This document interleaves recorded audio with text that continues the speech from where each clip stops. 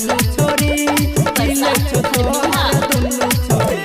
Beauty parlour में hippie कटा के पाउडर क्रीम से लगा मकागे। ब्यूटी पार्लर में हिप्पी कटा के पाउडर क्रीम से लगा मकागे। डीजे पर नाचे छा सुन छोरी हिले छो तोहर दुनु छोरी हिले छो तोहर दुनु छोरी हिले छो तोहर दुनु छोरी हिले छो तोहर दुनु छोरी।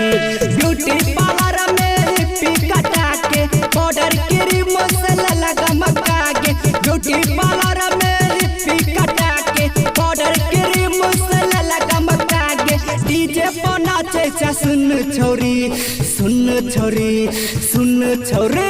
हिले छो तोहर दुनु छोरी हिले छो तोहर दुनु छोरी हिले छो तोहर दुनु छोरी हिले छो तोहर दुनु छोरी हिले छो तोहर डीजे ओम शंकर दुनु छोरी हिले छो तोहर दुनु छोरी। देखहि में लागे छहि तू टप माल गे छोरा ऑपरेटरा काट ले तो गाल गे। चढ़ल जवानी तोहर गे छोरी चढ़ल जवानी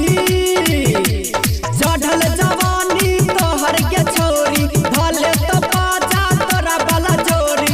खुल जत चोली के बुन्नु छोरी हिले छो तोहर दुनु छोरी हिले छो तोहर दुनु छोरी हिले छो तोहर दुनु छोरी हिले छो तोहर दुनु छोरी हिले छो तोहर डीजे ओम शंकर दुनु छोरी हिले छो तोहर दुनु छोरी।